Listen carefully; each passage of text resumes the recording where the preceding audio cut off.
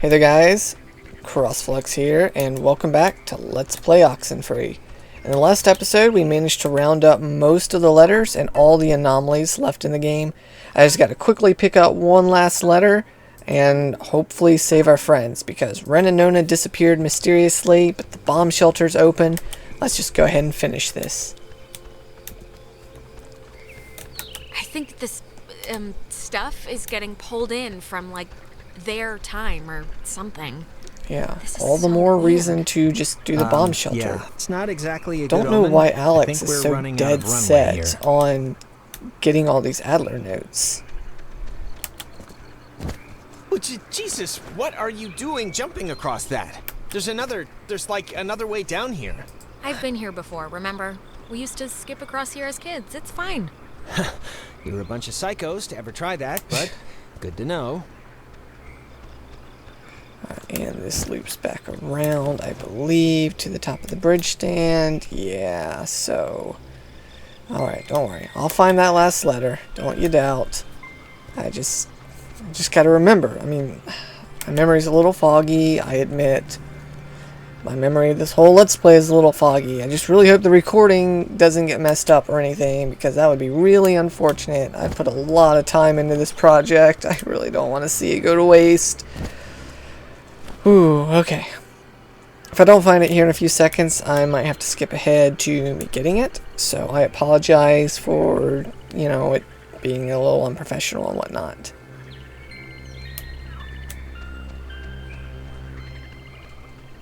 If you recall last episode, we were right here and we listened to this anomaly, but I didn't go up all the way to the very tippy top left.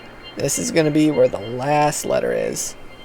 I should have come up here anyways. I mean, there's just this tiny little path off to the side. I mean, it only makes sense. And see, it's starting to sparkle. I should have seen it.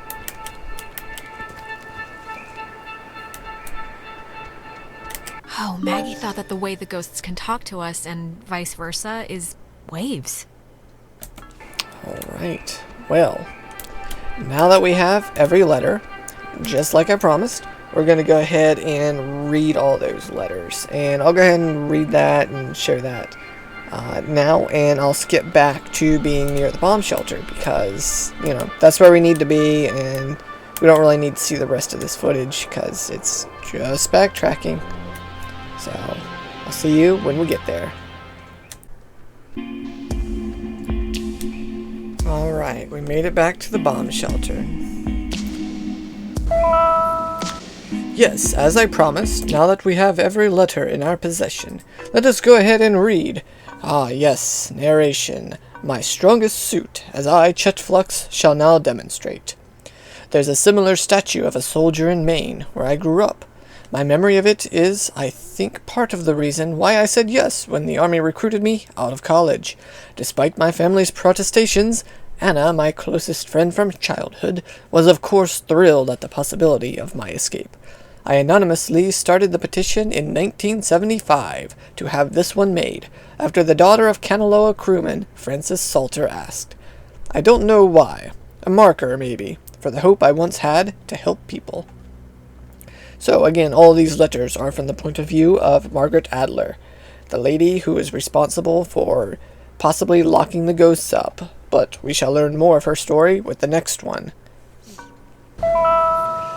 Recruits learned communications technology here, and several others learned code breaking. It's true, but due to my aptitude in math and mechanical engineering, I was assigned code making, specifically ciphers with which to conceal projects from even other government agencies. It was a job I grew increasingly uncomfortable with, but my keen interest in radio science had me pulling double duty as a comms officer. I remember one of the Kanaloa's engineers, Francis, calling me a radio woman. As far as he knew, it was my only job.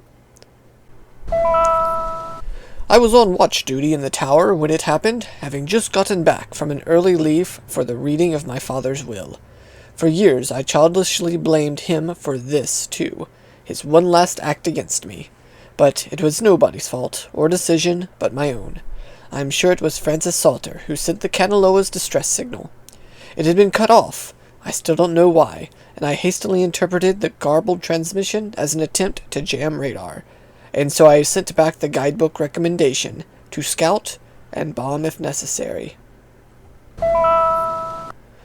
The USS Walter Roy, a destroyer escort, sunk the USS Kanaloa with friendly fire on October 25, 1943. It had held a developmental nuclear reactor in its belly and had been sent out weeks earlier as a test of its capabilities. Relatively few even knew of its existence, which tripled the base's confusion when the submarine's communications had been cut. No one outside of a handful of us would ever know the truth. I would discover later that a weapons technician of the Walter Roy had been at Francis Salter's wedding. Salter was an engineer on the Kanaloa. I don't know why, but it's strange to me. So, the Kanaloa was sunk by friendly fire, that much we know, and the ghosts are obviously the crewmen of this Kanaloa. They pretty much confirmed that earlier in the Fort Milner kind of game they played with us, right? So, the other mystery here is why were their communications cut out? And apparently, someone on the bombing ship had been at Francis Salter's wedding. Could it be that this Francis Salter guy married someone that the Walter Roy liked? And maybe that's why he sunk them. The first transmission from the lost soldiers were recorded here by a signal officer training new recruits. I heard about it soon after. Yes, word of the childlike, almost playful messages spread quickly, but the broadcasts were usually dismissed as an ongoing prank, faulty equipment, or AM stations bouncing off the Midland. However, after I successfully decoded one as a mayday from Calvin Gilbert, an electrician who perished on the USS Kanaloa, I knew it had to be something more. So it would seem our good friend Maggie Adler, excuse me for using her nickname, that was very improper of me, Margaret Adler, she seemed to have deciphered some strange signals on the island, being from the dead crewmen of the Kanaloa. Marianne Bozek, forever engraved on the Command Annex's memorial plaque, was a kind, humble woman who helped me decode the ghost's unusual messages. I don't think she ever really believed my hypothesis that they were relays from the sunken submarine, even though she corresponded with, as she put it, a man named Calvin, an electrician who died on the Kanaloa. I pieced together the truth, the cover-up, and my own tragic mistake that killed him and his mates over months of careful deciphering. How tragic.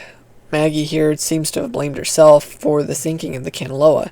I mean, she did receive a distress signal from the Kanaloa, she just misrepresented it, miscoded it, if you will, or deciphered, I should say, because, again, their communications were cut out. So she thought it was a rogue ship and had to bomb it, just to be on the safe side. I mean, the country was at war. When people in the comms department began transferring off, I was able to convince my higher-ups, including, coincidentally, one eventual Army passenger on board the Kanaloa, Henry Griffin, to bring Anna on board as a replacement.